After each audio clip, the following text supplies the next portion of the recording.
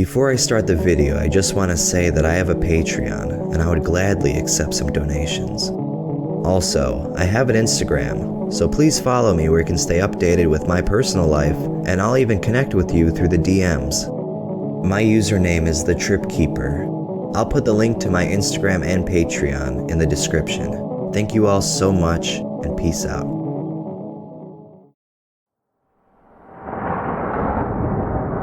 Welcome to the world of Tales from the Trip.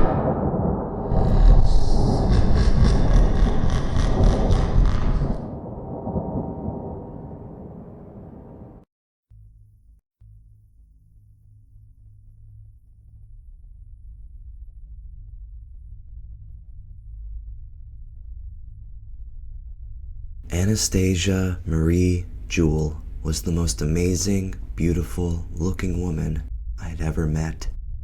Then she died. May 7th, 2011. Stacy, as she insisted on being called, went to a party. Her friend, Cody, ordered something online that he thought was 2CE. After eyeballing the powder to water ratio, they left for the party.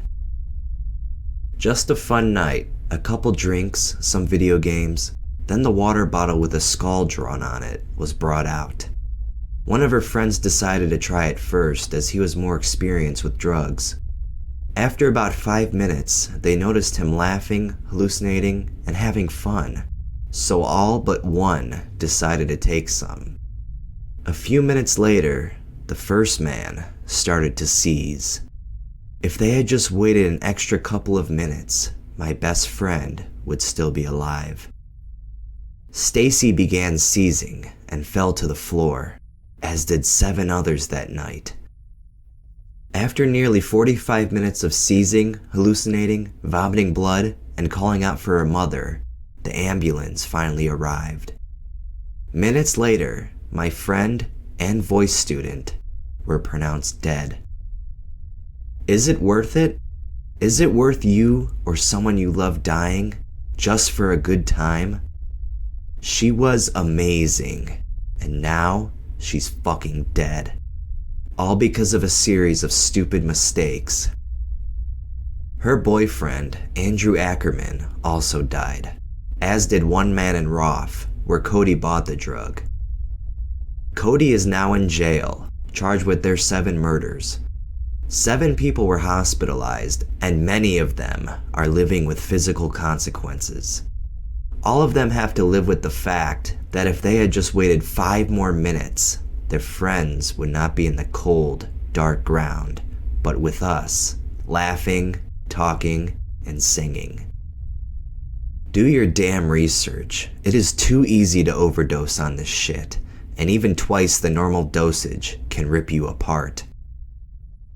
I helped plan her funeral. I helped paint her casket. I sang "Wishing You Were Somehow Here Again" from Phantom of the Opera at her memorial. I could never sing that again. Please be safe and make sure that Anastasia Stacy Marie Jewell did not die in vain. I never want to paint another casket.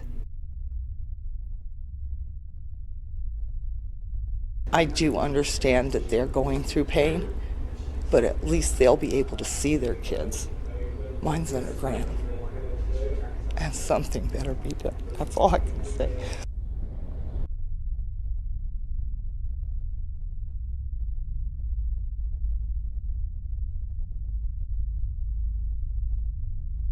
This story takes place on a Sunday in September. It was boring that day, so I decided to have fun with 3 friends of mine. I made an appointment with my friends outside in a parking lot near a forest if the trip goes wrong. 11 a.m. I decided to take a blotter that I thought was LSD. Until the trip, we rolled a joint of marijuana and smoked it. I spoke a little with my friends. I told them that I could be crazy on acid, so it's important to pay attention to me.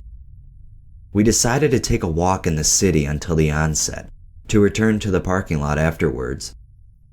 An hour passes, no effect of the onset occurs. We therefore take the decision to eat a little. 2 hours later, nothing happens. I find it boring and decided to take another blotter. Here is the biggest mistake of my life. My friends are a little disturbed at the idea of taking a second blotter. 2 p.m. Nothing happens yet. My cell phone vibrates. I receive a message from the one who sold me the LSD. The message said, "Hey dude, how are ya? No problems, I hope. Did everything go well?" From that moment, I knew that something was wrong. But too late, I took the blotters. All I had to do was wait. While I was walking, I noticed that the ground began to breathe. The onset began. 2:30 p.m. We went to the parking lot as planned. On the road, the houses began to become a painting, as if Van Gogh had painted some houses. The more I walked, the more I had the impression of entering into the world of the Simpsons family. The flowers, sky, houses, cars, they all looked like a cartoon. Everything was very colorful and sweet. It was really great. I really enjoyed seeing this landscape as it was gradually revealed. On the road, I could see strange Egyptian motifs and sometimes in the sky, mathematical equations that loomed in. My vision was very sensitive. I could see the far distant land, and I could see every detail of each object, flowers, and trees around me. 3 p.m.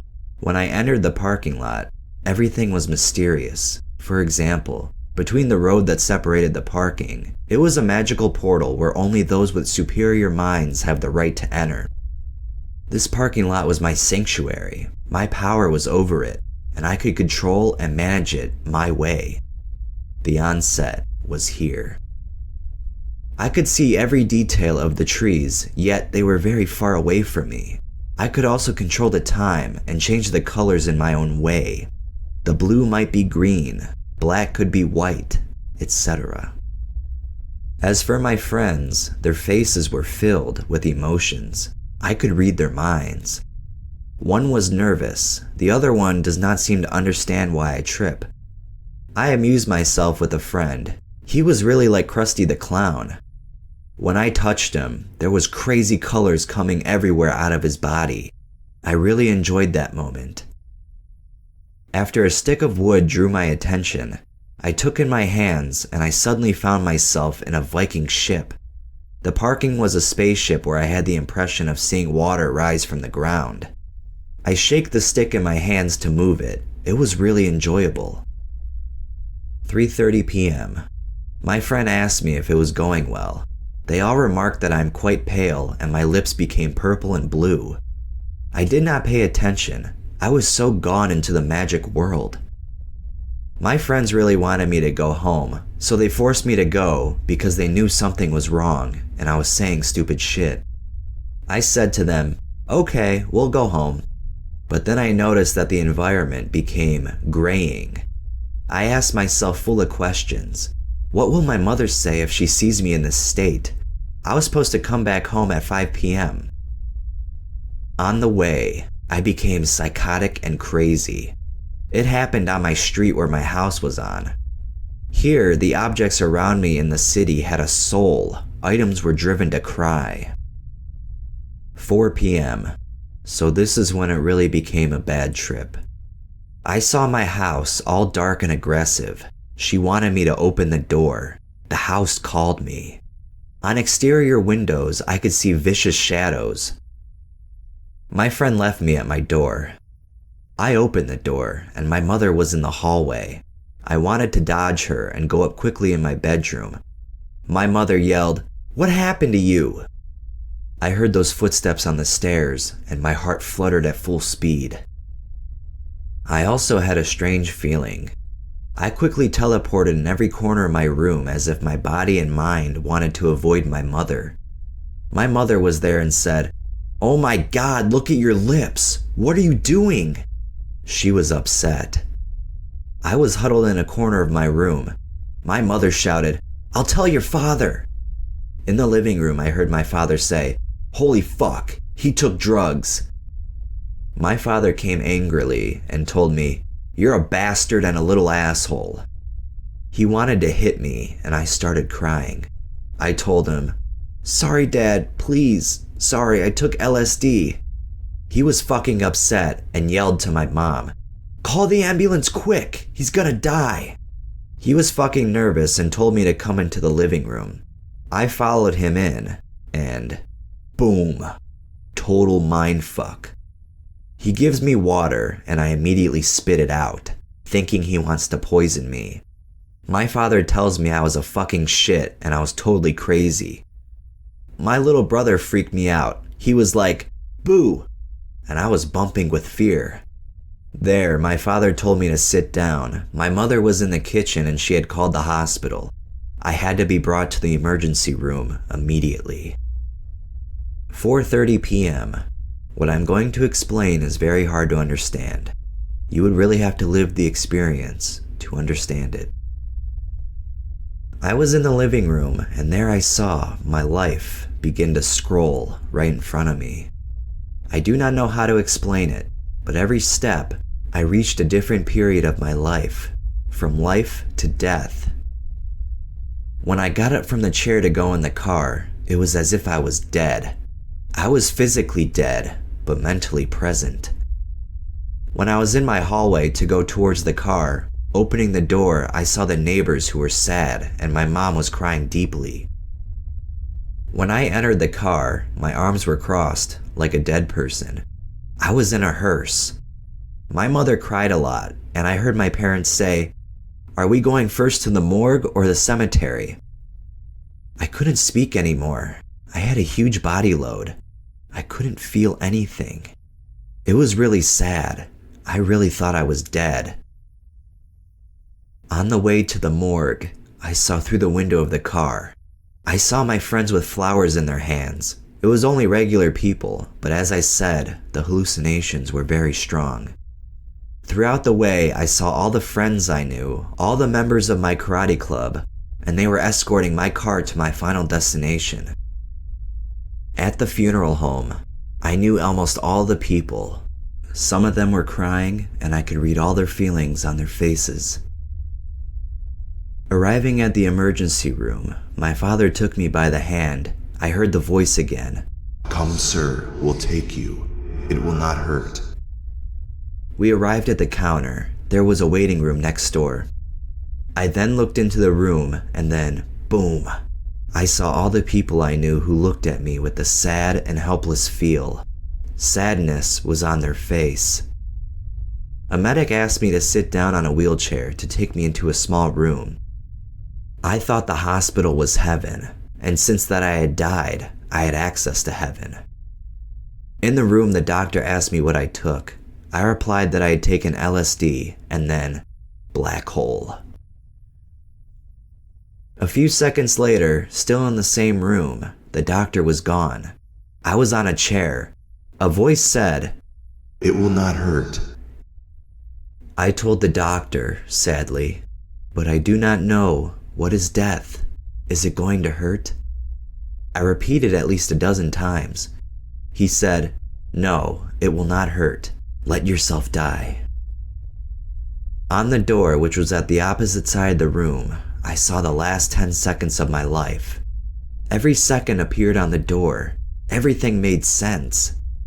I started with the joint. I have not found love. I could not realize the greatest dream of my life, meeting Emma Watson. Then I started taking LSD until I died. I don't know how to explain it, but it's as if everything had a sense. It was all connected for me to my death. I have reviewed all the moments where it started. My first marijuana smoking at school, then the meeting of my best friends, my first trip of LSD in my friend's house. I hope you understand. As the seconds passed, heaven granted me with my dreams to achieve. For example, to the 7th second, I heard the voice of Emma Watson who said, "Where is he?" And then, oh my fucking God, I saw Emma Watson as in my most beautiful dream. She wore a beautiful white dress. Her pretty face was looking at me. I took her hand and this time she said, "It's only the beginning." And then she disappears with a demonic face. I hallucinate back at the funeral. At the time I was in my coffin. I could not move or speak. During the last 3 seconds, this is what I saw. The first second, I heard a crowd cheering, saying it was a beautiful boy, very sweet. Why has he done this? The second, I see my love. She is sad and puts a rose on my coffin. Someone is next to her. That person holds her arms. Then she disappears. The very last second, I hear my father and mother next to me. My mother says, "Please do not do that." My dad came to me angry and said, "Yes, you are a fucking shit." And he smashed me with his foot. And then everything goes black. My mind no longer exists. I'm back in the real world. A doctor comes to me and says, "So it was you who ordered a lifetime trip? It will not hurt." I really feel like he injects me with what I think, a lifetime trip, but the doctor actually just checked my blood pressure. Boom, the trip starts to become even more intense. The whole room begins to warp and starts moving. The hallucinations are so strong that I fainted. I have no notion of time. Everything is black in my head. I do not care. I must be dead anyway. In fact, death is not so bad. I start hearing more auditory hallucinations from real voices that I don't know. I can hear some words such as blood pressure, heartbeat, too strong, we lost him, injection, cardiograms, constriction, seizures. And I heard the fucking scary voice of the mad guys from Who Framed Roger Rabbit who said, "You're fucking dead. Yes, you are." I do not know what time it is, but I find myself in a padded room. I was tripping again, but more aggressive than before. I was lying on a bed. In the room, I could see the words LSD, Beyond Reality, moving on the wall. I stayed 2 days in the hospital under advanced supervision. After this fucking huge trip, I slept for a long time with fears and trembling. When I looked on my phone, the guy who sold me LSD claims to me it was Bromo-DragonFLY and asked if I was okay. Now this bastard is probably in jail because my parents brought me to the police station and the cops took my phone. Conclusion: Bromo-DragonFLY is an enormous hallucinogenic drug, powerful and very dangerous. The doctors have told me they have lost me more than 3 times. My heart stopped for a few seconds. The doses on the blotters were way too high. I nearly died from Bromo-DragonFLY. And by the way, I had light mild hallucinations for 1 week after the trip. I suffer from necrosis on my left foot, but now it's okay. Here's what I have or had: necrosis, Latin psychosis, chronic paranoia, heart problems, and a split personality. So be extremely careful with Bromo-DragonFLY. And also thank you for listening to me. I tried to be as realistic as possible to describe my trip. Trust me, Bromo-DragonFLY is a complete mindfuck. Hey, it's the Trip Keeper here. I just want to talk about that last story I just read. I usually put the links in the description so you can go check it out, but it was the worst English I could have ever read. I tried to read it as best as possible. I had to change up the story and change up the words and stuff. It is just completely bad. Just look at it and, you'll understand what I'm talking about. All right. It sounded like it was a ramble, which it was, and I'm sorry, but the story was just really good, so I had to read it. So thank you for understanding.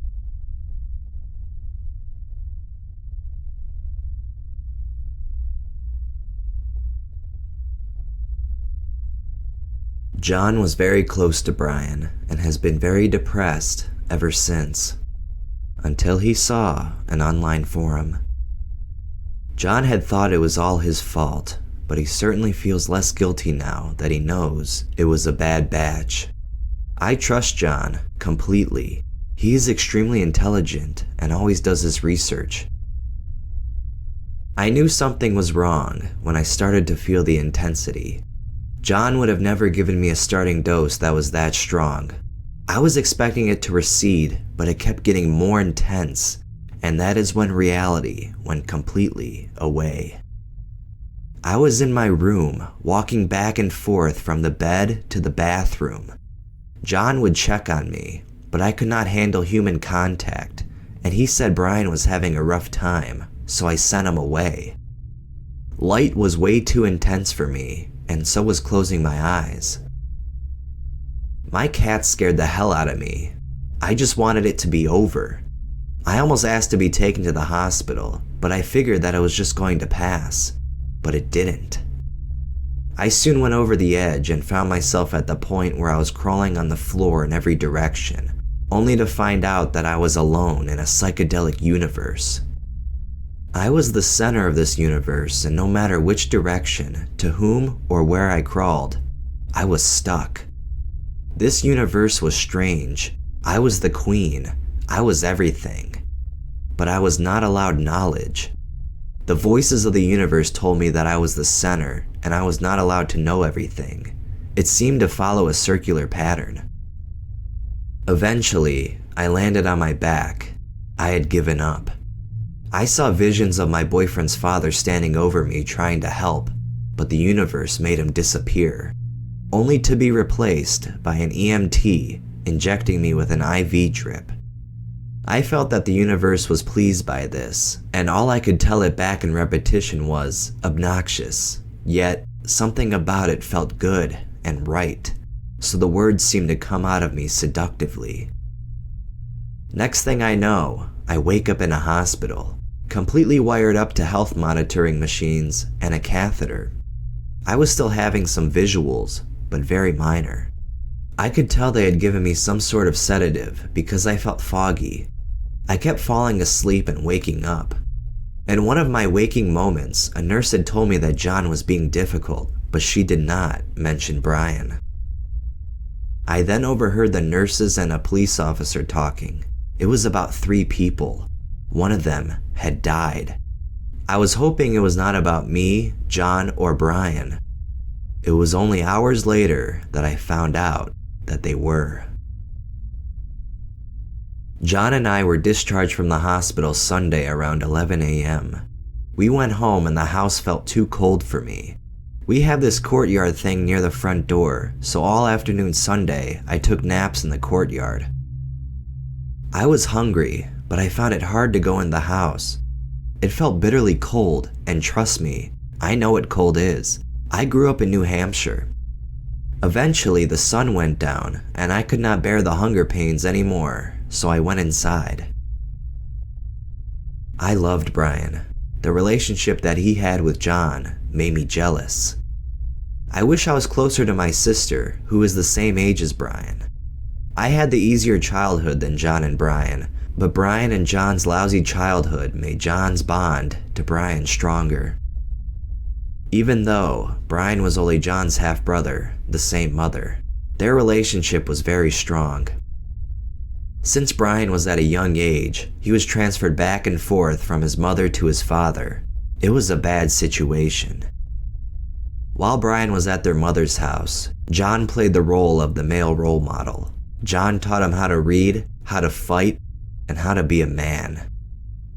John felt that he had lost his son, and before he had said that, I had felt it too. This whole thing has been hard on John until he realized that it was not his fault, thanks to the online forum, giving us the information that it was not pure 2CB fly. Brian's death will not be in vain. He will live on in the people that see the post about him and decide to test their stuff and realize it's not what it appears to be.